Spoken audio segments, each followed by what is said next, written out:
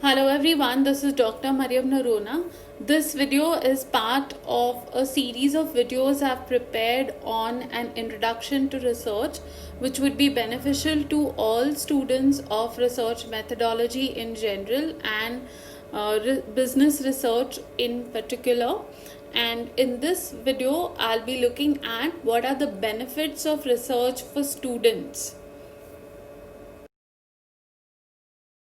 I think one of the biggest problems facing our society and organizations today is that we find that the more and more people, especially people who are born in the 80s, 90s, and 2000s, who are entering organizations at different levels, they are ill equipped to deal with circumstances and situations because they do not possess the life skills that are needed to succeed and thrive. Now, one of the biggest handicaps in the education system is that it does not inculcate independent thinking. It doesn't encourage you to question, it encourages rote learning, it encourages you to refer and copy from books and websites instead of having your own unique perspective. So research, I feel the biggest advantage of research is that it supports better learning by students. And by better learning, I would say that it helps students by encouraging them to investigate things, to study. We tend to think that okay, investigation is only something which is done by a detective or by the crime branch or by the police. But no, when you are studying something, you need to investigate different angles of the topic which you are studying or likely to take up for the purpose of research. So it encourages investigation, it encourages inquiry, asking why something happens, why is this phenomena occurring and reoccurring. Also, what are the signs of an economic slowdown? You hear people talking about it, that we are in for going in for depression in the economy, or that there will be recession. So what are the questions that they are asking, and what are the answers which help us to determine this? Then problem solving. So how do you solve a problem, say, of the healthcare situation all over the world which we are experiencing right now with the COVID-19 crisis? How do you solve that problem?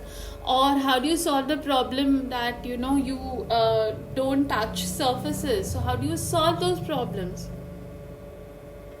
Research helps people to communicate better. In fact, it encourages students to be able to express their ideas in writing, and also exchange, convince other people. When you interact with your guide, you tell them that this is my topic, this is what I've studied.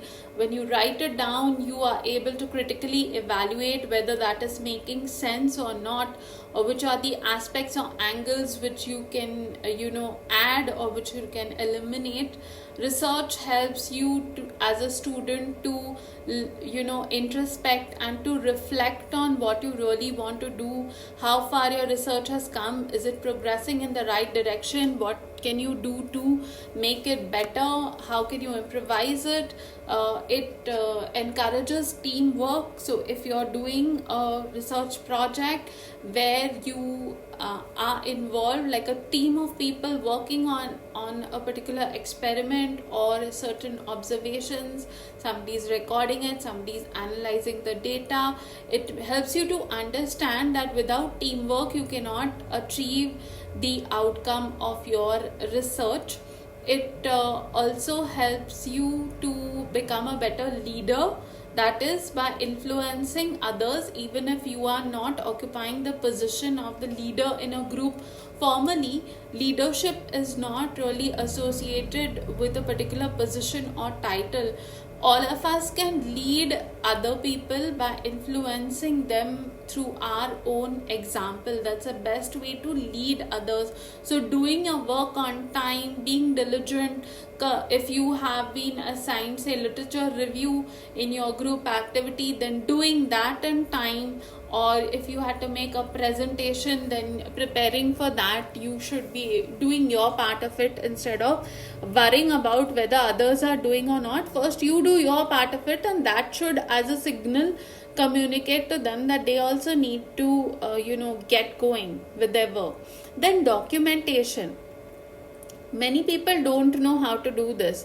With the number of gadgets that you use now, you end up not even writing. Research helps you to document things. It forces you to maintain files, to write down things, and that is the way you need to work. That is, if you are making a particular claim, you should have data to support that. So charts, graphs, tables, all of these should be there. You should be able to document for the purpose of your bibliography also. To cite your references, you need to do that. To do a good amount of literature review, you need to have your documentation in order. Research helps students to sharpen their observation skills. Now, everything cannot be learned just by reading and writing. Sometimes you have to observe. So supposing you're doing a research on, say, consumer behavior, your research would be enriched by going out and observing, maybe at a mall or maybe at an electronic showroom. Try to sharpen your observation by looking at the interaction between customers and the sales force. Simple things like, last minute purchases at retail stores, how are they encouraged? So all of us shop at stores, and we know that when we proceed towards checkout or billing, there will be some things which are placed there. There could be chocolates, there could be soaps, there could be little gift items, usually something small value, or something on sale. They'll put blankets at a lifestyle store saying that this blanket is for $9.99, and you had no intention to buy a blanket, but while you were standing in line for your chance to pay, you saw that, and then you thought, well, yeah, maybe I actually need it, it'll be useful in winter, I might not get it at this price in winter. So when you sharpen your observation as a researcher, as a student, these kind of things you pick up, you'll be able to see how people end up making several last minute purchases and add to their shopping cart only by observing. Then analytical skills, by analyzing the data which is in front of you, you will be able to understand the interrelationship between variables, the cause and effect relationship between different variables. So analysis helps you that way. And also I've mentioned earlier, so understanding the relationship between, say, income and expenditure, or income and saving, or say something like what is the impact of the COVID-19 crisis and the spending pattern of different families. So you will see that how people have started allocating their expenses based on the different heads of expenditure. There's a relationship between that. So you'll always have a certain allocation, say, for your necessities, but you may not want to buy that car or the electronic gadgets which you really wanted to, say, 6 months ago, because of your priorities change. So understanding the cause and effect, all these things help students to learn better. So I would say that instead of looking at research, which is something which is imposed on you as part of your coursework, start looking at it as how it is helping you to acquire important life skills. So that's it from me. That's how I feel research benefits students. We don't look at it that way. I hope students start looking at it as something which is a holistic learning experience for them, which helps them to develop a lot of qualities and life skills.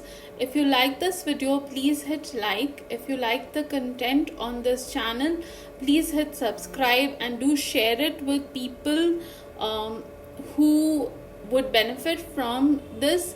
Comment and leave your feedback, because it will help me to understand whether the content on this channel is truly helpful, and it will help me to improve. Thank you.